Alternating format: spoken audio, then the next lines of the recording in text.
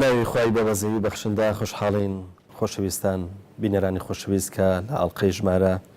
37 تا بە خزمەت ئێوەی خۆشەویست گەشتینەوە لە بەرنامەی نووسین و یادەوەری. خۆشەویستان هێشتا لە کتێبی خواناسی ئاین و ئیمان لە بەشی ئەوەی کە پێگوترێ ئاین لەو بەشەداین و بە تەئکید قسە لەسەرەوەی کە ئەم بەشە قسە زۆر هەڵەگرێ و وردەکاری زۆر کراوە لەم بەشەیە و هەروەها ئێستا ئاینیش بەخۆی ڕۆڵێکی گرنگە جێڕێ و گەڕانەوەیکی گەورە لە دنیاە بۆ ئاین هەیە و ئاین بۆ بە ضرورەتێکی ژیانی ئینسانەکان لە ئێستاە و تەنانەت لە دنیا هاوچەر خاخود با بڵێن لە خۆراواش ئێستا دیسان وەکو دەگوترێ قسە لەسەر ئاین هەیە و گەڕانەوە بۆ ئاین هەیە و تەنانەت ئێستا دەسەڵاتدارانەوە کە پێکوترێ حکوومەتەکانیش ئاینەوە جۆرێک لە ئاین تەبەنی بکەن و جۆرێک لە ئاین بناسیێنن و بیکەن بە دینێکی ڕسمی بۆ خۆیان. لەبەرەوە دەگوترێ ئێستا ینی هیچ گەلێک ناتوانێت بێ ئاین بژی کە پێشتریش نەژیاوە، بەڵام ئێستا قسەکردن زۆرترە لەسەر ئاین و ئێمە بە پێویستمان زانی لەگەڵ زۆر بەڕێز مامۆستا عەلی باپیر زۆرتر لەسەر بابەتی ئاین بمێنینەوە بۆ ئەوەی کە ورتر شۆرەڤی ئەم بابەتە بکەین و بە شێوەیەک کە دوجار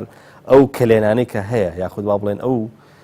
بۆشایانی کە هەیە بە جۆرە لە جۆرەکان نەیهێڵین یاخود پڕی بکەینەوە بۆ ئەوەی کە ئێوەی خۆشەویست ئەگەر پرسیارێکتان لەو ڕانگەیەوە بۆ دروست ببێ وەڵامەکەی دەست بخەن. مامۆستا زۆر بەخێر بێ، سوپاس دەکەین. زۆر سپاس بۆ جەنابیشتان و بەخێر بێن یاخوا کاک پێوت خۆت و هاوکارانت. سپاس دەکەین. مامۆستا وەکو وتمان ئێمە هەر لە بابەتی ئاین ئامێنینەوە و ڕەنگە چەند ئەڵقەیەکی تریشمان پێویست بێ بۆی کە کۆمەڵێک هەڵوێستەکردن هەیە یاخود با بڵێن کۆمەڵێک پرسیار هەیە لەسەرەوەی کە لەسەر چێتی ئاین و لەسەر ئەو شوێنەی کە ئاینەی گرێ و لەسەر ئەو کاریگەریان و ڕۆڵەی کە ئیجێڕێ. قسەکە لەسەرەوەیە کە با لەو پرسیارەوە دەست پێ بکەم لە بابەتی نیشانە و دروشمە سەرێکیەکانی ئایندا بەرنامەی خوا بەسەر هەموو بەرنامەکانی ترازاڵە. ئەمە یەکێکە لە دروشمەکان یاخود با بڵێن یەکێکە لەو خاڵانەی کە جەنابە لەسەری وەستاویت. حەزەکەم بگەڕێنەوە جارێککە بۆ ئەوەی کە ئێمە لە ئاڵلقەکانی ڕابردووە قسەمان لەسەرەوە کرد کە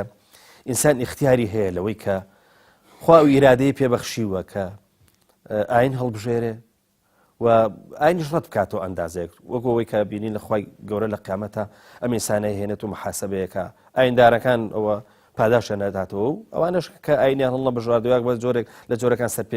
سەرپێچیان کردووە ئەوانش بە جۆرە لە جۆرەکان سزاکەی وەرەگرتنەوە. قسەکە لەسەرەوەی لە دنیاە ئینسان ئەگەر بەرنامەی خوا زاڵ بێ بەسەر بەرنامەکانی ترا ینی لەوێ ئەو تێگەشتنەش دروستە بێ کە ئایا ئەوە چ جۆرە اختیارێکە درێ بەدەست ئینسان لەوەی کە هەم ئایندار بێ هەم ئاینیشی نەبێ یاخود ئاینیش ڕەت بکاتەوە. قسە لەسەر وشەی زاڵە زاڵ لێرەیە بەرنامەی خوا بەسەر بەرنامەکانی ترا زاڵە ینی بەمانای چیت؟ حەزەکەم ئەمە ڕوونکەینەوە. الحمد لله وصلى الله تعالى وسلم وبارك على رسول الله محمد وآله المهتدين بهداه من الصحب والأزواج والقرابة والتابعين لهم بإحسان إلى يوم اللقاء. كاك بيون فعلا نم كتابي خواناسي آين إيمان كاتي خوي باشم ليادك أو كتابة منوسيوة هەوڵم داوە لە دووتوی ئەو کتێبەدا وەڵامی هەموو ئەو پرسیارانە بدەمەوە کە ئەو کاتە دەبڕوژێندران لە بەرامبەر ئیسلامدا. دیارەکە من باسی ئاینیم کردو بەڵێ بە گشتیش باسم کردووە چونکە ئێمە جارێ هەر لە باسی یەکەمی بەشی دووەمین خواناسی تێپەڕی ئاینیم کردو لە سێ خاڵداڵیا لە سێ بازدا باسی دەکەم. باسی یەکەمیان ئاین چییە؟ ئێمە جارێ هەر لەوەین دوای ئاین چۆن پەیدا بووە و ئاین بۆچی هاتووە. ئەو کاتە واتە لە هەشتایەکان لە نێوەڕاستی هەشتایەکان ئەم کتێبەت لە 1985 ئەو دەوروبەرەدا نووسراوە. ئەو کاتە و ئێستاش لەگەڵدا بێت تەواو پرسیارانە و کۆ جەنابەت باست کرد هەر دەوروژێندرێن. جاری وا هەیە لە ئاڵلقەکانی ڕابردووشدا باسمان کرد ئەگەر چەمک و واتای وشەکان دیاری نەکرێ زۆر جار بەکارهێنان هێندێک وشە دەبێتە هۆی بە هەڵەدا چوون یا بە لاڕێدا بردن. ئێستا وشەی ئاین یا وشەی دین کە پێشتر باسمان کرد کە بەگشتی بەکاردەهێنرێ مانە عورفی و باوەکەی بریتێ لەو بەرنامانەی کە لەخواوە هاتوون بۆ مرۆڤ تاکو ژیانی خۆیان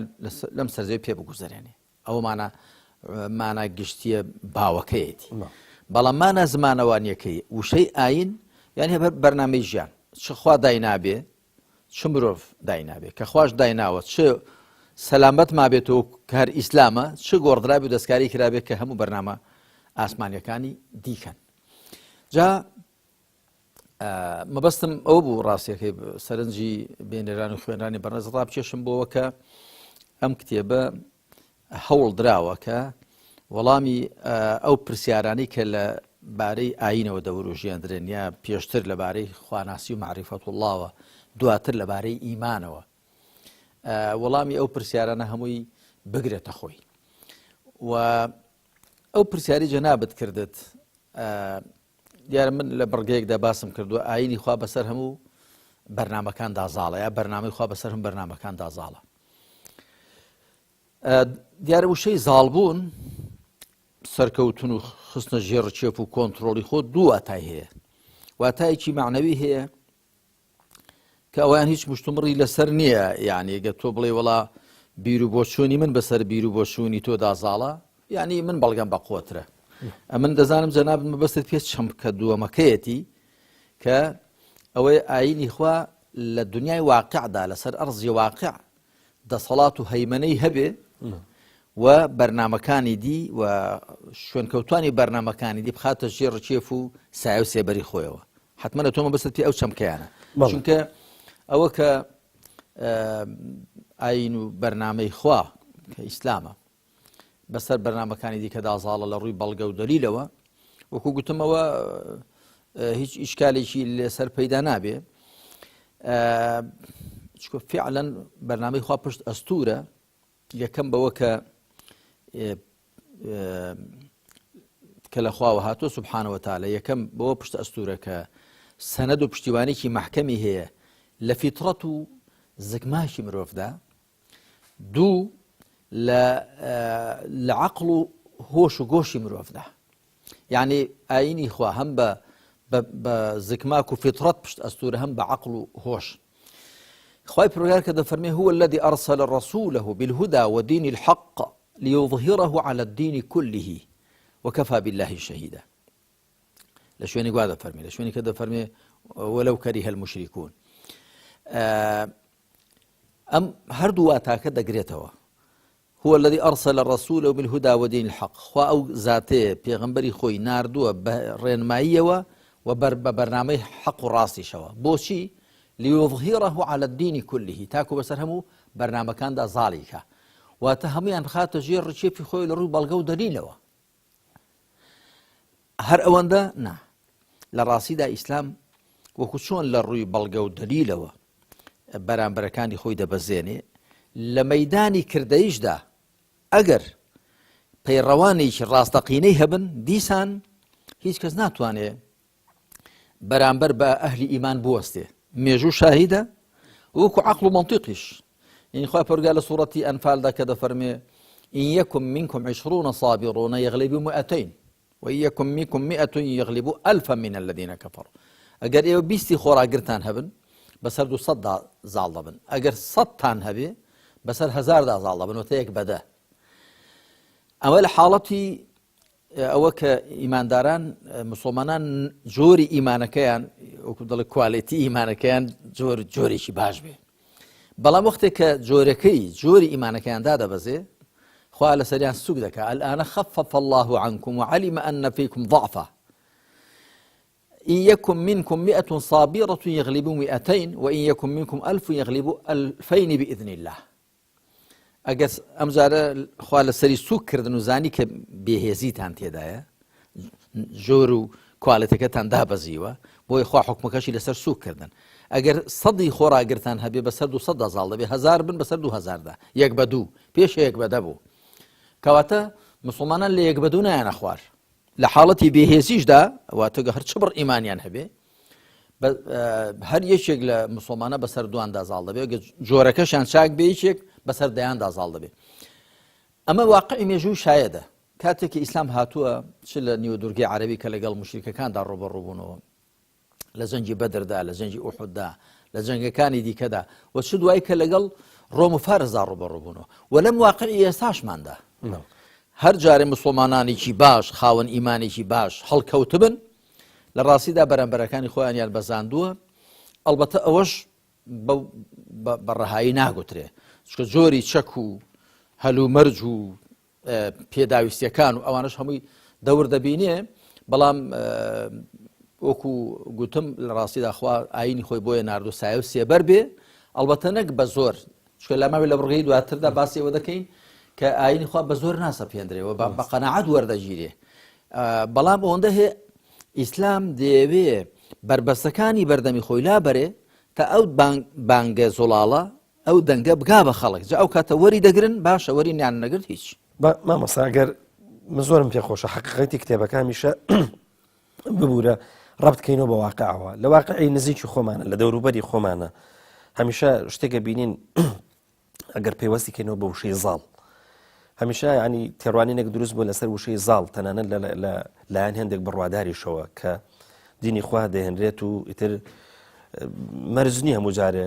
بە لۆژیک بە مانتیق بێ یاخود ئەوەی جەنابەت وتت بەڵگە بورهانەکەی بەهێزتر بێ بەڵگە بورهانی خۆی بخاتە ڕوو وەکو ئەوەی موسا عەلەیهی سەلام چۆن فیرعونی بەزاند ینی ئەوەمان لە دەوروبەری خۆمان بینیوە کە ئەم زاڵێتە ینی زبرە ڕقە حتا زمانی چەکی تابەکارێ ناتوە ینی بە جۆرە لە جۆرەکان پەناو براوە بۆ تون و تیژی قسەکە لەسەرەوەیە ئایا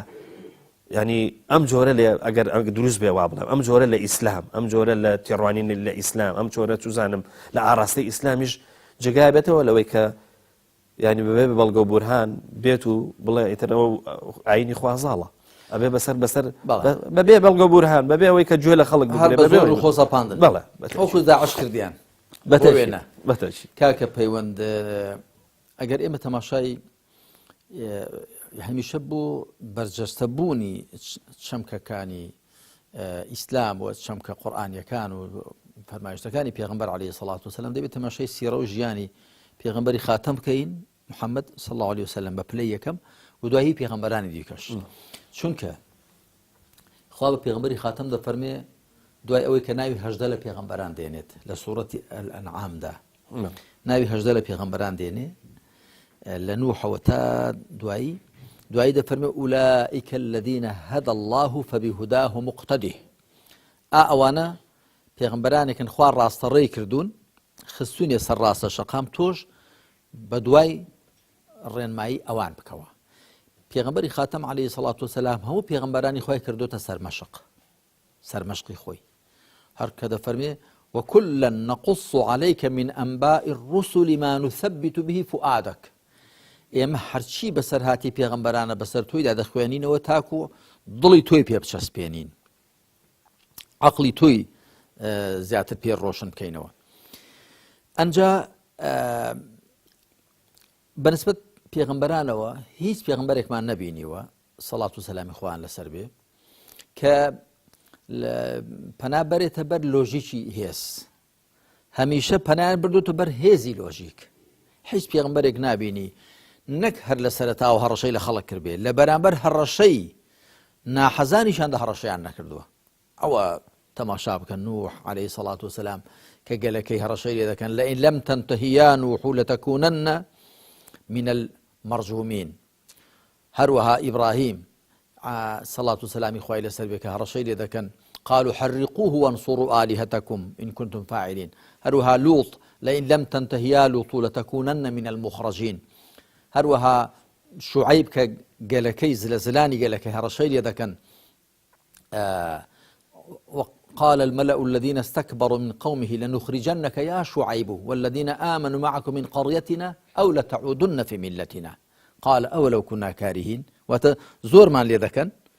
يعني پیغمبران عليهم الصلاة والسلام بپرسیار کردنی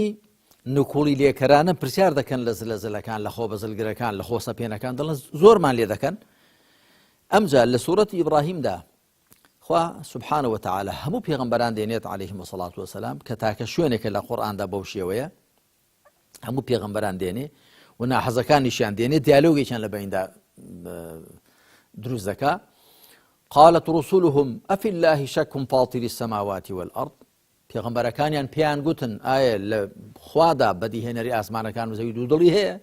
ئەمجا ئەوانیش قسەی خوان دەکەن، ئەوانی قسەی خوان دەکەن. سەرنجام ئەهلی کوفر چی دەڵێن؟ وقال الذين كفروا لرسلهم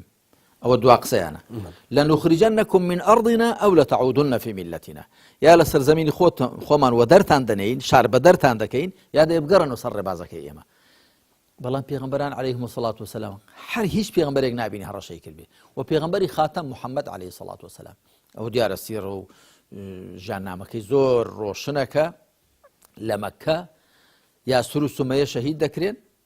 هەندێک لە هاوڵانێکی زۆر خراپ ئەشکەنجە دەدرێن، ناچار دەبن دوو جار کۆچ بکەن بۆ حەبەشە کە پێغەمبەر عەلەیهی سەڵات وسەلام دەفەرمێ کۆچ بکەن بۆ ئەوێ پادشایەکی لێ دادگەرە لە پەنای ئەودا خەڵک زوڵمی لێ ناکرێ بچن بۆ ئەوێ وەکو چۆن ئێستا موسڵمانان لەم ڕۆژگارەدا لەدەست حوکمڕان و لەدەست دیکتاتۆرە خۆستە پێنەکانی خۆیان ڕادەکەن دەچن بۆ وڵاتانی ڕۆژئاوا لەوێ کە جۆرێک لە دادگەری لێ جۆرێک لە مافی مرۆڤی لێ بۆی زوڵمیان لێ نەکرد لێ بتوان ممارەسەی دینەکەی خۆیان بکەن. ئەو کاتەش پێغەمبەر صلی الله علیه و سلم ئەو پێغەمبەری خوا ئەو ڕێی پێشانی موسڵمانان داوە کاتی خۆی فەرموویەتی لە حەبەشە مەلیکێکی لێ لەلای ئەو کە زوڵمی لێ ناکرێ بچن بۆ ئەوێ ئەگەر لێرە زۆر سەغڵەتن. مەبەستم ئەوەیە پێغەمبەری خاتەمی عەلەیهی سەڵات وسەلام پەنای نەبردۆتە بەرهێز لە بەرامبەر ئەوەدا کە هاوڵانیشی شەهید کراون کاتێ بەلای یاسیر و سومەیەی خێزانی دادەچێت ئەشکەنجە دەدرێن چی دەفەرمێ؟ صبرا آل ياسر فإن موعدكم الجنة. خۆ ڕابگرن ئەی بنە ماڵە یاسر و خێزانی و عەماری کوڕیشی ژوانگەمان بەهەشتا لەوێ پێک دەگەینەوە، واتە لە دنیادا هیچم بۆ ئێوە پێ ناکرێت. کەواتە زۆر ڕوونە مەبەست لە زاڵبوونەکە لە ڕاستیدا زاڵبوونی بەڵگە و دەلیلە. بەڵام بۆیە ئەوەشم گوت چونکە ئیسلام لە ڕاستیدا نەهاتووە تەنیاوەکو ئامۆژگاری بەگوێی خەڵکدا بدرێ، هاتوو واقعێکی سیاسیش دروستکە. پێغەمبەری خاتەم محەممەد صلی الله علیه وسلم کە واقعێکی سیاسی دروست کرد، دەوڵەتێکی دروست کرد، ئەو دەوڵەتە دەستی کراوەتر دەبێت بۆ چەسپاندنی ئەو ئاینە، بۆی ئەو ئاینە سێبەری گەورەتر بێ. تەماشا بکە پێشێ تاک خەڵک مسلمان دەبوون، تاک. بەڵام دوای ئەوە ئیسلام دەسەڵاتی پێیا دەبێ. إذا جاء نصر الله والفتح ورأيت الناس يدخلون في دين الله أفواجا. پۆل ئەو جاردێن بۆ سێبەرێکەیە و سایەیەکەیە و لە واقعێکی بەرجەستە بوودا ئیسلام هەیە. ئەگەرنا ئەوەی جەنابەت پرسیارە کرد لە جێی خۆیدایە لە ڕاستیدا هەر جۆرە زەبر و زۆرێک بەکار بهێندرێ بۆ سەپاندنی ئاین پێچەوانەی سروشتی ئاینە، ئاینی حەقی خوا کە ئیسلامە. خوا کە دەفەرمی لا ئیکراها فی دین زۆری لێکردن نییە. ئەدی مەبەستمان چێ لە ڕاستی زاڵبوون پێمەبەست بەڵگە و دەلیلە. بەڵام هەر کاتێکیش لە مەیدانی واقعیشدا ئەهلی ئیمان لەگەڵ ئەهلی کوفردا لە کات و شوێنی خۆیدا ڕوبەڕوو ببنەوە، ئەهلی کوفر باری ئەهلی ئیمان نابن. ئەو واقعی مێژووی شایدە وەکو عەقڵ و مەنتیقیش. یعنی کەسێک پێی وابێ کە کاتێک ڕوحی لەم جەستە خاچێ دەچێتە دەرێکسەر دەچێتە جیهانێکی دیکەی لێرە خۆشتر کە جیهانی بەرزەخە پاشان بەهەشتە هێندە سوور نابێت لەسەرەوەی کە بمێنێتەوە. بۆی خالدی کوڕی وەلید خوا لێی ڕازی وەکو لە تاریخی تەبەریدا هاتووە کە لەگەڵ سوپای فارس و ڕۆم ڕوبەڕوو دەبۆ دەیگوت ئەسلیموا تەسلەموا، موسڵمان بن سەلامەت دەبن. تەوان بژاردەی دووهەمیشی دەخستنە بەردەم کە ئەگە موسڵمان نابن سەرانە بدەن و جزیە بدەن و واتە شتێک بکەن کە ئێمە دڵنیابین لەوە ئێوە دژی دەوڵەتی ئیسلامی نین، ئەگەنا لەسەر دینی خۆتان بمێنەوە. دوای دەیگوت وئیلا فقط ئەتەیتکم بقوم يحبون الموت كما تحبون الحياة. لە ڕوايەتێک كما تحبون الخمر. ئەگەرنا خەڵکێکم بۆ هێناون ئێوە چەندەتان ژیان خۆش دەوێ، ئەوان هێندەیان مردن خۆش دەوێت لە پێناوی خوادا، یا ئێوە چەندەتان شراب خۆش دەوێت، ئێستاش هەر ڕۆژاویەکان شرابی هەزەوە خۆش دەوێت، ئەوان هێندەیان مردن لە پێناویدا خوادا خۆش دەوێت. خەڵکی وا کەس پێی ناوێت لە ڕاستیدا. مامۆستا لە باسی بەرنامەی خوا لەسەر بنچینەی تێگەشتن وەرەگیرێ دەنووسی بەڵێ خوای کاربەجێ و زانا ناوێت هیچ کەس کوێرانە و لەسەر بنچینی لاساییکردنەوە شوێن بەرنامەکەی بکەوێت. بەڵام ئەگەر سەیری ژیانی موسڵمانان و ژیانی خۆمان بکەین بە شێوەیەکی گشتی دەزانین کە ئێمە ینی دەماودەم ئاینمان بۆ ماوەتەوە یاخود با بڵێن خەڵک ئێمە لە خێزانێکی مسلمان پەروەردە بووین لە خێزانێکی مسلمان لە دایک بووین ئەو خێزانە مسلمانە وردە خۆی هەر بە نەریت جۆرێک لە دینداریت یا بۆ ئەو نەریتە توانیوێتی دینداریەکیش بۆ ئێمە بهێڵێتەوە بیکە بە سەرمایە بۆمان لە ئەنجامە مسلمانێکمان لە دەرچێ ئەمە لە دەرەوەی مەغز و اختیاری خۆمان لەوە دەرەوەی ئەوەی کە ئیرادەمان بوو بێ اختیارمان کرد بێ بە تێگەشتنەوە مەسەلەن هاتبین بۆ ئەم هاتبینە ناو ئەم دینەوە یاخۆ ئەم دینەمان وەرگرت بێ قسەیەکی کوردی ئەڵێ لەگەڵ عامەیە چمە شامێ ینی ئەمە بە جۆرە لە جۆرەکان وامان لێ هاتووە ینی ئەو جۆری دینداریەکە شەردی هەموو کەس بە اختیار وەریگرت بێ یاخود بە شوێن زانست و زانیاریە گەڕاپێت تێە ئەی ئەم جۆرە لە دینداری مامۆستا کە جەناب لەوێ ڕوونیەکەیتەوە کە نابێ دینداری بەلاساییکردنەوە و کوێرانە مەسەڵەن شوێنی بکەوین ئێمە چۆن ئەمەش جاکەینەوە ئەوە کاکە پێویست بۆ دەکات چەند شتێک ڕوونکەینەوە یەکەمیان بێگومان ئەوەی کە گوتومەوە حەقیقەتێکە خوای پەروەردگار دەفەرمێ لا ئیکراها فی الدین قد تبین الرشد من الغی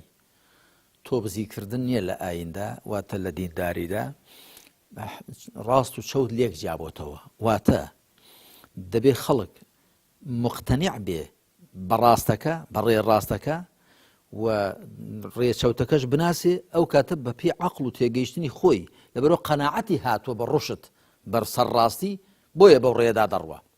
و لەبەرەوە کە ئەوی دیکەی پێی هەڵێ بۆیە ئەو ڕێ ناگرێت نەک لەبەر ئەوەی کە هەڕەشەی لەسرە لە چەندان شوێندا خوای پەروەردگار ئەوەی تەکید کردوێتەوە کە دین لەسەر بناغەی قەناعەت پێهەبوون و لەسەر بناغەی ئەو کە مرۆڤ ئازادە بە ئازادی و بە عەقڵێکی کراوە هەڵی دەبژێرێ لە چەند شوێنەدا ئەوە هاتووە وقل الحق من ربكم فمن شاء فليؤمن ومن شاء فليكفر بەڵام ئەوەی کە جەناب سیاری دەکەی ئەوەیە کە ئەدی کەسانێک کە دینداری و موسڵمانەتیان هەر بە میرات بۆ بەجێماوە واتە وەکو چۆن جیناتی سەر کڕۆمۆسۆمەکان سیفات بۆ ماوەیەکان لە باب و دایکەوە بۆ ڕۆڵەکانیان دەگوازنەوە وەکو بڵێ هەر بەو شێوێژ ئەم عادەت و نەرێت و دینداریش بۆ عادەت و نەرێتێک و بۆوانی دەگوازنەوە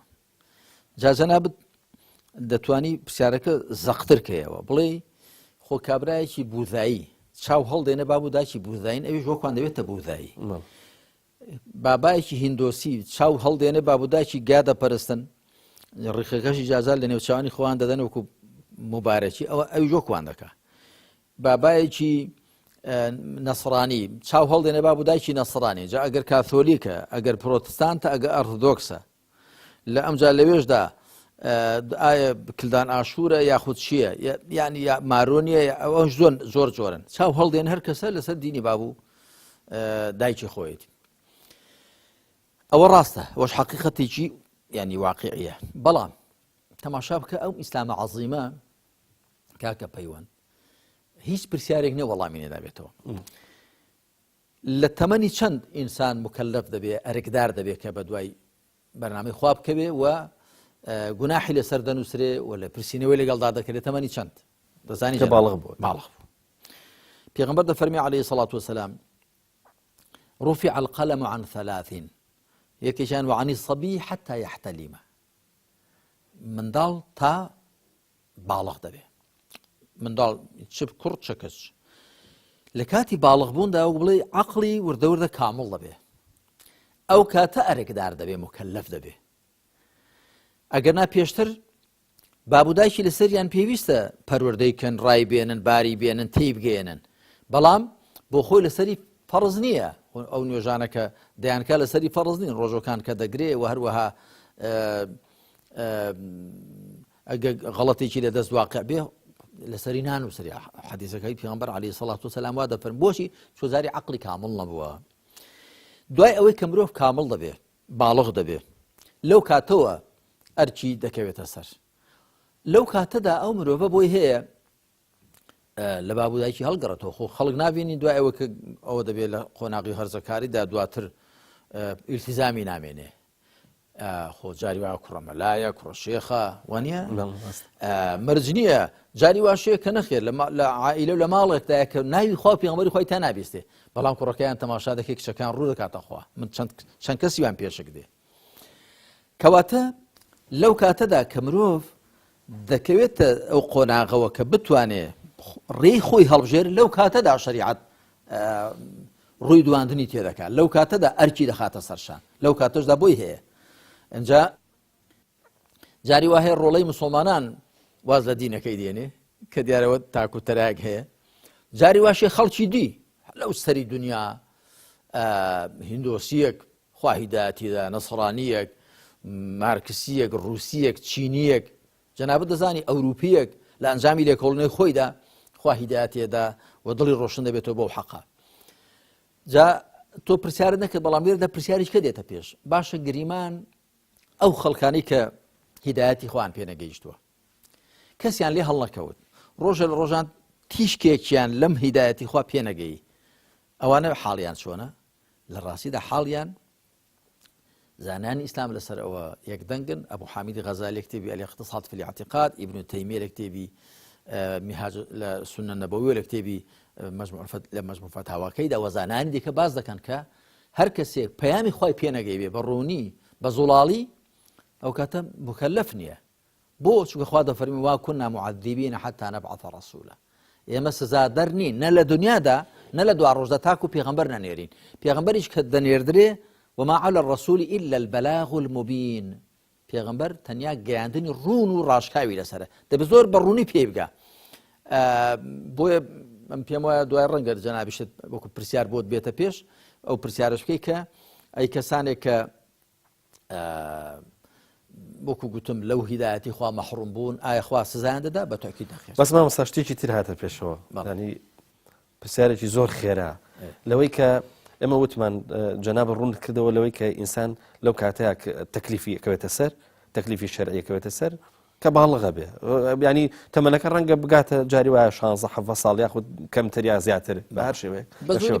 لە دوای 15 بەس قسەکە لەسەرەوە مامۆستا ئەگەر بەڵام کچ زووتر باڵغ دەبێت باشە ئەگەر کەسەکە پێش تەمەنی باڵغ بوونی با بڵێن عیبادەتی هەبوو پابەند بوو بە جۆرە لە جۆرەکان بەر لەوەی کە تەکلیفی بکەوێتە سەر و دوایەوە کە تەکلیفی کەوتە سەر دوایەوە کە باڵغ بوو وەکو جەنابەت وتت بە جۆرە لە جۆرەکان ئەوەی کە لە ڕابردووە کرد پێوەی پابەند نەبوو ئەو کاتە شتێک گێتە پێشەوە ناوی مرتەدە مامۆستا ئەوە بە مرتەد حساب بکرێت ئەوە کەسێ مرتەد کەسێکە هیدایەتی خۆی بەڕوونی پێگەی بێ تێگەی بێ دوای ڕەفزی کرد بێ لە ڕاستی ئەوە مرتەدە تەمان مرتەد حاڵەتی جۆرا و جۆری هەیە مرتەدێک کە بەهۆی ئیشکالێکی فیکری و هەڵدەگەڕێتەوە جیا لەوەی کە بەهۆی تەماعێکی دنیایی و هەڵدەگەڕێتەوە جیا لەوەی کە زۆری لێ دەکرێ خۆی پرگار لە قورئاندا ئەوەش بازەکە إلا من أكره وقلبه مطمئن بالإيمان ولكن من شرح بالكفر صدرا فعليهم غضب من الله ولهم عذاب عظيم کەسێ زۆری لێ بکرێ و دڵەکەشی پڕ لە ئیمان بێ ئەوە هیچی لەسەر نییە بەڵام کەسێک سینەی بە کوفر گوشاد بێ لەبەر تەماعێک لەبەر بەرژەوەندیەکی دنیایی واز لە هیدایەتی خوا بێنێ مەبەستمەوە مرتەد حاڵاتی جۆرا و جۆری هەیە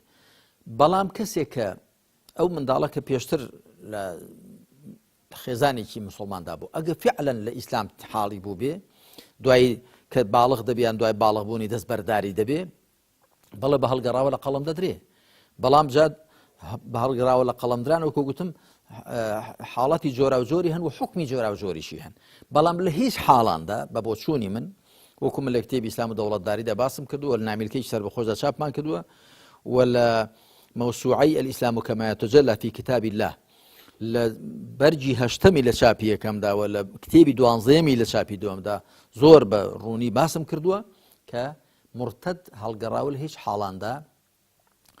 ناکوژرێ تەنیا لەبەرەوەی کە هەڵگەڕاوەتەوە مەگەر وێڕای هەڵگەڕانەوە بچێتە سەنگەری بەرامبەریشەوە دژایەتی ئەهلی ئیسلام کە شەڕیان پێ بفرۆشێ ئەوە دیارە باسێکی سەربەخۆی دەوێت بەڵام من طبعا هەر فەرمایشتەکەی پێغەمبەر عەلەیهی سەڵات وسەلام التارك لدينه المفارق للجماعة وازهێنەر لە ئاینەکەی و جیابۆ لە کۆمەڵی مسلمانان لەسەر جیابوونەوەی لە کۆمەڵی مسلمانەوە سەنگەر لێگرتنیان دەکوژرێ وەکو زانایان دەڵێن يقتل ليس لخروجه من الدين بل لخروجه على الدين لەبەر ئەوە ناکوژرێت کە لە دین دەچێتە دەر بەڵکو لەبەرەوە کە لە دژی دین دەچێتە دەر واتە سەنگەر لە ئەهلی ئیسلام دەگرێت لەسەر دژایەتەکەی دەکوژرەوە زانایان لەسەرەوە زۆر قسەیان کردووە کە ئەهلی کوفر ئەسڵەن کە دەکوژرێن شەڕ دەبێت لەنانی ئەهلی ئیسلام و ئەهلی کوفردا ئایا عیلەتی کوشتنەکەیان چییە؟ تەنیا لە زانایان ئیمام شافعی ڕەحمەتی خوای لێبێ هەندێکی دیکە کە ڕای کەمینەن دەڵێن لەبەر کوفرەکەیان دەکوژرێن بەڵام زۆرینەی زانایان لە نێویاندا ئیبن تەیمیە ڕەحمەتی خوا لە هەموویان بێ لە زانایان دەڵێن نا لەبەر کوفرەکەیان ناکوژرێن بەڵکو لەبەر عودوان و دژایەتیەکەیان دەکوژرێن بە بەڵگەی ئەوە ئەی بۆ سەرانە لە ئەهلی کتاب وەردەگیرێ سەرانە لەوانە وەردەگیرێ کە لە ژێر سای دەوڵەتی ئیسلامیدا دەژێن و هەر لەسەر کوفری خۆشیان دەمێنەوە نا لەسەر ئەوە دەکوژرێن کە دژایەتی مسلمانان دەکەن سەنگەریان لێ دەگرن ئەگەر نا لەسەر ئاینی خۆیان بمێنەوە سالمی و حاڵەتی ئاشتی بڕیاردن لەگەڵ قەواری سیاسی ئیسلامدا یاخود لە قەوارەیەش کە دابن یا لە نێو قەواری ئیسلامی دابن مادەم لە حاڵەتی ئاشتی دابن دروست نییە دەستیان بۆ بردرێ مامۆستا زۆر جار ئەمە ینی ئەمەی کە ئێمە باسمان کرد هەچەند ئەمە لاباسێک بوو هاتە ناو بابەتەکەەوە زۆر جار ئەو کەسە لە نەریتە خێزانەکەی باوەڵێن پشپەلە بێ یاخود با بڵێن بە جۆرە لە جۆرەکان ئەپرینجێتەوە یاخود بە شێوێک لە شێوەکانە چێتە دەرەوە نەک لە ئەسلی ئیسلام و ئەسلی دینداریەکە ینی جاری وایە شێوەی پەروەردەیەکە پەروەردە خێزانیەکە زۆر خراپە شێوەی گاندنی مەسەلەن بۆ منە دینداریەکەی دایک و باوکەکە زۆر خراپە ئەو لەو مۆدێلە یاخۆ با بڵێن لەو شێوەیە هەڵەگەڕێتەوە نەخوا نەخواستە لەو ستایل و مۆدێلە دینداریە سەقەتە هەڵدەگەڕێت من وێنەیەکت بۆ بێنەوە جارێک یەکێکم بینی کوڕێکی گچکەی پێ بوو ینی گچکە بوو ئەوە لەوانێ 6 ساڵە کڵاوێکی سپی لەسەر نابوو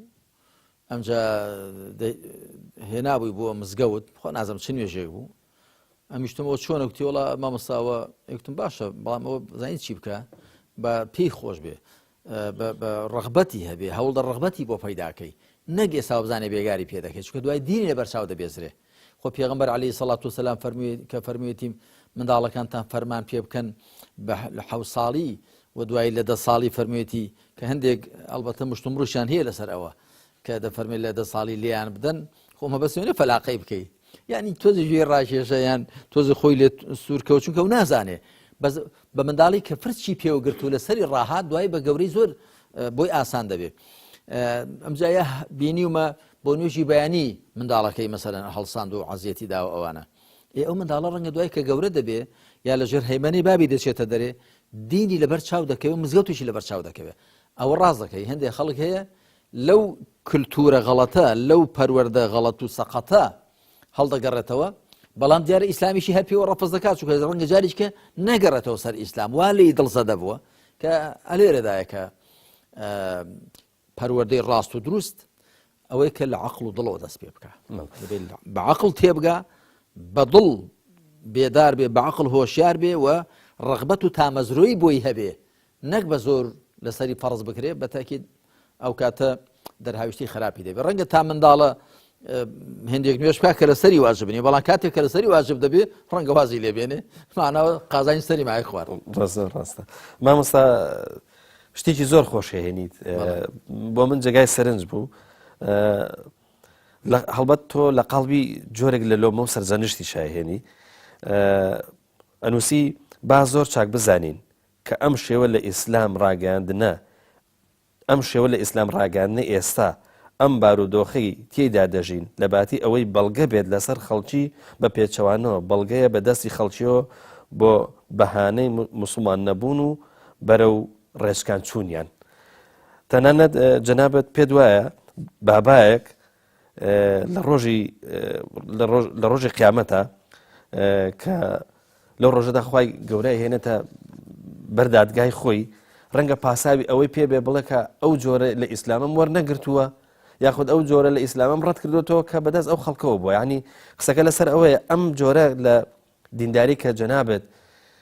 با بڵێن ڕووی ئەندازەیەک لۆمەکردن لەسەری هەیەوە پێت وایە ئەم جۆرە یاخود با بڵێن ئەم مۆدێلە لە دینداری ناتوانێت کاریگەری لەسەر خەڵک دروستکا و هەروەها پاساو بێسبێنە بەدەست کابراوە تەنانەت لە دادگای خوای پەروەردگارە لە قیامەتا بڵێ خوای پەروەردگار ئەوەی کە من بینیم بەڕاستی ئەو حەقیقەتی دینەکەی تۆ نەبوو قسەکە لەسەرەوەی مامۆستا لێرە ئەمە بەست چییە؟ مەبەستەکەم ئەوەیە کە ئاینی خوا بەرنامەی خوا دەبێ وەکو خوا ناردوێتی و پێغەمبەری خوا عەلەیهی سەڵات وسەلام جێبەجێ کرد و تەطبیقی کرد دەبێ ئاوا ڕابنوێندرێ نەک بە میزاج و تەبعی خۆمان. میزاج و تەبعی ئێمە ڕەنگە بەلای ئێمەوە شتێکی پەسەند بێ، بەڵام شەرعی خوا بەلای هەموو خاوەن عەقڵێک و خاوەن فیترەتێکی ساغەوە پەسەندە. بەڵام وەختێ خۆمان دێنین دەستکاری دەکەین دەیگۆڕین دەیشێوێنین مەرج نییە کە لەگەڵ عەقڵ و فیترەتی خەڵکدا بگونجێ. مەبەستم ئەوەیە کە زۆربەی مسلمانان کە دەبینی بەداخەوە تاوان ئەو قسانە کاتی خۆی کردوون، بەڵام خۆ ئێستاش تا ڕادێکی زۆر هەروایە. هەرچەند الحەمدولillah ئێستا هۆشیاری زیاترە، بێداری زیاترە، بەرچاو ڕوونبوونەوەی مسلمانان الحەمدولillah باشترە. مەبەستم ئەوە کە کاتێک مامۆستایەک یا شێخێک یا کەسێک وەکو خەڵک کە دینی لێ وەردەگرێ و ئیسلام ڕادەگەیەنێ نەک وەکو لە قورئان و سوننەتدا هەیە، وەکو خۆی پێی خۆشە بە ناوی دینەوە خوڕافە و ئەفسانە بڵاو دەکاتەوە، بە ناوی دینەوە شتانێک دەڵێ کە لەگەڵ قورئان و سوننەتدا تێک دەگیرێ، شیرکە، بیدعەتە، لادانە، ئینحرافە. ئەوە کە کەسێک ڕەفزی دەکا لە قیامەتدا ئەگەر مەعذور بێ بە جەهلەکەی، ئەگەر خاوەن پۆزش بێ یا بۆ هیچ ڕێی دیکەی نەبن لە دینی ڕاست و دروستی خوا تێبگا، لە قیامەت بۆ هەیە بڵێ خوای پەروەردگار من ئەویان بە ناوی دینی تۆ پێگوتم کە دژی ئازادیە، بۆ وێنە دژی مافەکانی مرۆڤە، بۆ وێنە دژی عەقڵە، دژی بیرکردنەوەیە، کۆمەڵێک سروت و طقوسی بێڕوحە. ئایا خوا ئەوە دینی تۆ بووە؟ خوا ئەویان بە ناوی دینی تۆ لە من حاڵی کرد کە دەڵێ واقعی چۆنە، واقعی کۆمەڵاتی سیاسی ئابووری چۆن نابێ دەستی لێ بدەی، خوا وای داناوە، چکە ئەو شتانەش کاتی خۆی بووە. یعنی ئەمە لە یادمە مەسەلەن دەیان گوت کاکە خوا بەردی گەورە بەردی گچکەشی دروست کردووە، واتە وازە کەسی هەر لە خۆڕا گەورەیە، هێندیشە لە خۆڕا گچکەیە، خوا بەردی گەورە بەردی گچکەی دروست، بەڵام مرۆڤەکانی وەکو یەک دروست کردوون. خوای من ئەوەم بە ناوی دینی تۆ پێگەیشت کە ئەو واقعە سیاسیە کە زوڵمی تێدایە، واقعە ئابووریە کە چیناتی و قڕوپڕی تێدایە، واقعە کۆمەڵاتی کە تەبەقاتی تێدایە و هەندێک کەس هەر لە خۆڕا دەبێ هەر گەورەتر بن، هەندێک هەر دەبێ گچکەتر بن لە بنەوە بن. من ئاوایان لێ حاڵکم ئایا دینی تۆیە؟ بەتاکید خوای پەروەردگار دەفەرمێنەوە وەڵا دینی من وا نەبووە، دینی من ئەوەی کە من ناردوومە لە ڕووی سیاسیەوە دەبێ و ئەمڕۆ شوڕا بەینەوە کاروباریان بەڕاوێژ بێ، دەسەڵات بەدەست خەڵکەوە بێ، لە ڕووی ئابووریەوە خێروبێرەکان هەموو خەڵک بن، قۆرەکاری نەبێ، گەندەڵی نەبێ، لە ڕووی کۆمەڵایەتی و مرۆڤەکان وەکو دەنگی شانە یەکسانن لە بەرامبەر خوادا. من ئاوام ناردووە. يا أيها الناس إنا خلقناكم من ذكر وأنثى وجعلناكم شعوبا وقبائل لتعارفوا إن أكرمكم عند الله أتقاكم إن الله عليم خبير. من آوام فرموا ياخ أو كاتت طبعا كسانك هبون ك بول إسلام دور ذكوتنا بو باسا وبو بيانوا ك ولا إسلام جاء عرب استفادة ليه كردو دولتي بيدا مزراندو ترك لولا دولتي بيدا مزراندو فارس دولتي بيدا مزراندو كرديشان بيت سوساندو توا جاء من إسلام ك بوته هو سوسانوي نتوكم ناموي حتى بابو هنديك مثلا قد بيان او قرانك كعرب بحشتر هنا ويانا دبي شي ديك جويدريجي كردي بيو ماندوني بحشتر دا بينيرينو اجا كسي لقيامه دبر خواه من وا حالي بومك اينكي تو هي عربانا يا هي تركانا هي فارسانا بلام بو ظلم كردن لكرد خوا ده فرمي خير اين بو ناردو داد غريب شس بيني لسر اسي همون توكان هيج نتويك سردز نبي ديك بندز بي ما بس مو كسانك بنزاني كسانك بشواشكاري ل دينيان لحالي كرابي وهيج درفتو درتان دي كشان نو بإخوان حالي بن او شيء او قيديت بيتيدا بي شو زانيان دلن مروف بهوي كنا نشار زي لدين لقيامت دربازي دبي بمرجك ان يكون معذورا بجهله هيج مجالي كين بي هيج درتان ودرفتي نو بي زور كس هي فوتاو هیچ مجالی نەبوو لە دین حاڵی بێ ئەوانە وەلای قیامەتە من پێم وایە وەڵامی خۆیان هەیە بە مەرجێک کەیفیان لە کوفر و لە خراپە و لە بێدینی و لە تووڕەکردنی خوا نەبوو بێ بەڵام بەڕێیەکدا ڕۆی بن بەڕێیەکیاندا برد بن بە ناوی دینەوە یاخود دڵزەدە بوو بن لە دینداریەکی هەڵە ئەوانە نەکەر من واڵێم هەر زانایان و دەڵەوە مەفهومی ئاەتەکانیش ئەوە دەگەیەنێت کە خوا دەفەرمێ وما كنا معذبين حتى نبعث رسولا ئێمە خەڵک سزا نادین تا پێغەمبەری بۆ نەنێری مامۆستا ئەنجا قەومێک پەیامی پێغەمبەریان پێنەگەی بێ وەکو ئەو پێغەمبەر بۆوان نەچوو بێ وایە زۆر کەسی ئەبوو حامید غەزالی کتێبی الاقتصاد في الاعتقاد و ابن تەیمیە و زانانی دیکە دەڵێ لە شوێنە دوورەکانی دنیا کەسانێک هەبن هیچ دەنگ و باس و خواست ئیسلامیان پێنەگەی بێ هیچ کەم تەرخەم نەبوو بن لەوەی کە لە ئیسلام حاڵی بن یاخود پیان گەی بێ بەڵام سەرەوبن پیان گەی بێ بەعکسەوە پیان گەی بە هەڵاوجێڕی ئەوانە ئەگەر هیچ دەرفەتیان نەبوو بە شێوە دروستەکەی حاڵی بن لە قیامەتێ ئەوانە ئەهلی عوذرن و خوای پەروەردگار سزا نادا لەسەر شتێک کە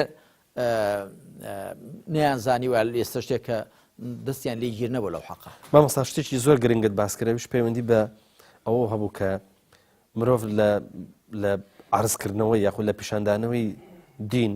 یان وێناکردنەوەی دینە نابێ میزاجی خۆی با بەڵێن تێکەڵ بەواقع بەڵکو دین بۆ خۆی مەرجعی هەیە بێ مەسەلەن بۆن منەوەکو جەنابەت باست کرد قورئانی پیرۆز هەیە و فەرمودەکانی پێغەمبەر بەڵام خۆت بۆ خۆت ئەزانی مامۆستا مرۆڤ زۆر باوەڕی بە عەقڵی خۆیەتی ینی ناتوانێت عەقڵی خۆی مەسەلەن بۆن منە تێکەڵ بە مەوزوعەکان نەکا چۆن ئەمە بدۆزینەوە لەوەی کە دینداریەک بدۆزینەوە کە با بڵێن زۆر میزاجی کەسەکانی پێوە نەلیکێنرابێ بۆ میزاجی خۆی ئاڕاستەی نەکرد بێ ینی ئەگەر بمانەوە ڕێگا دروستەکە بدۆزینەوە بە چۆن ئەیدۆزینەوە بۆی بچینە سەر سەرچاوەیەکی ئەسڵ سەرچاوەیەکی پاک سەرچاوێک کە تێکەڵ بە میزاج و بە خشت و خاڵی میزاجی ئینسانەکان نەبڵ کاکە پەیوەند خوا سبحانه وتعالى بۆچی پێغەمبەرانی ناردوون عليهم الصلاة والسلام بۆچی وحی ناردووە لەبەر عەقڵی مرۆڤ بەش ناکە نەک هەر بەش ناکە بەڵکو عەقڵی مرۆڤ زۆر جار دەکەوێتە ژێر هەیمەنە و کۆنتڕۆڵی ئارەزوەکانی عادات و نەرێت دەوروبەر کۆمەڵگا بۆیە پێغەمبەر عليه الصلاة والسلام هات چەند جوان دەفەرمێ كل مولود يولد على الفطرة فأبواه يهودانه أو ينصرانه أو يمجسانه هەموو منداڵێک لەسەر زگماک لەدایک دەبێت ئەو زگماکەی کە خوا بناسێ پیس و پاک حەڵاڵ و حەرام ڕاست و چەو لێ کاتەوە بەڵام دوای باب و دایکی واتە ژینگە و دەوروبەر دەیکەنە جوولەکە دەیکەنە نەسڕانی دەیکەنە مەجووسی لە ڕیواتێک کە دەفەرمێ ئەوی شەریکان دەیکەنە موشریک خوا بۆیە وحی ناردووە سبحانه وتعالى بە پێغەمبەراندا عليهم الصلاة والسلام 124,000 دانە پێغەمبەری عەزیەت داوە و ناردوونی و لەگەڵ ئەو هەموو ناڕەحەتیاندا ڕوبەڕووبوون و تا پەیامی خوا بگەین لەبەرەوە کە عەقڵی مرۆڤ بەش ناکە جا بەوە لەوە دەربازمان دەبێت بگەڕێنەوە سەر سەرچاوە ڕوونەکە من هەموو جارێ وشەیەک بەکاردێنم دەڵێم دوو سەرچاوەی ڕوون و بێچەند و چوونی ئیسلام ڕوون و بێچەند و چوون کە قورئان و سونەتن جا هەندێک کەس وازانێ سونەت لەگەڵ قورئان بەرامبەرە جاری کەس باسم کردو بۆ تاکیدکردنەوە باسی دەکەمەوە لە ڕاستیدا سونەتیش هەر قورئانە بەڵام بە تەطبیق کراوی پێغەمبەر صلی الله عليه وسلم کە هاتوو بەس قورئانی پێ بووە ئەم قورئانی کە پراکتیزە کردووە لەسەر ئەرزی واقع ئەو پێی دەگوترێت سونەت کەواتە بە پێچەوانەی زۆرێک لە زانایان من لە کتێبەکانی خۆمدا باسم کردووە کە لە ڕاستیدا سونەت لە بەرامبەری قورئاندا نییە بەڵکو قورئان لە نێو سونەتدایە جەوهەر و محتەوا و نێوەڕۆکی سونەت یعنی ڕێباز ڕێبازەکەی پێغەمبەر عليه الصلاة والسلام بریتی بۆ لە تطبیقکردنی قورئان وەکو دایکمان عایشە خوا لێی ڕازی بێ کە پرسیاری لێکراوە دەربارەی هەڵسو کەوت و ڕەوشتی پێغەمبەر صلی الله عليه وسلم فەرموویەتی کان خولق نبی الله القورئان ڕەوشت و هەڵسو کەوتی پێغەمبەری خوا قورئان بوو کەواتە پێغەمبەر عليه الصلاة والسلام ئەوەی کردووە کە خوا فەرموویەتی جا عیلاج و چارەسەر هەر بەوەیە کە بگەڕێنەوە سەرچاوی زوڵاڵی قورئان و سونەتیش ڕێبازی پێغەمبەر عليه الصلاة والسلام هەر پراکتیزەکردن و بەرجەستەکردنی قورئان لەسەر ئەرزی واقع لە ژیانی تاچی خێزانی کۆمەڵاتی سیاسیدا چارەسەر بەوە دەبێت ئەدی زانایان و ینی تەفسیری زانایان شەرحی سونەتی زانایان فقه ئەوەی لە بواری علمی کەلام و تەوحیددا گوتویانە ئەوەی لە بوارەکانی دیکە ئەوە هەمووی بەرهەمی فکری بەشەرە ئەوە هەمووی تێگەیشتنی زانایانە لەبارەی ئیسلامەوە بەڵام خودی ئیسلام تەنیا وحیەکەیە تەنیا قورئان و سونەت ئەوی دیکە هەمووی تێگەیشتنی ئەوانە کە دەگونجێ پێکابیان دەگونجێنیان پێکابێ دەگونجێ ئەو لێکدانەوەی ئەوان بۆ کاتی خۆیان شیاو بوو بێ بەڵام بۆ ئێستا نەشیە کەواتە شارەسەر بەوەی کە بگەڕێنەوە بۆ دوو سەرچاوە زوڵاڵەکە کە قورئانە و سونەتی پێغەمبەر عليه الصلاة والسلام سپاس دەکەم مامۆستا هەیتر کارتەکەمان لە کورتی هێنا درێژەی بابەتەکە ئینشاءالله بۆ ئاڵلقەکانی داهاتوو هەڵەگریت ئینشاءالله بەڵێ خۆشەویستان بەم شێوەیە گەشتینە کۆتایی ئەماڵ خێش هەتاکو بێ گەشتنەوەیکی دیکە هەمووتان بەخوای گەورە ئاسپێرێت.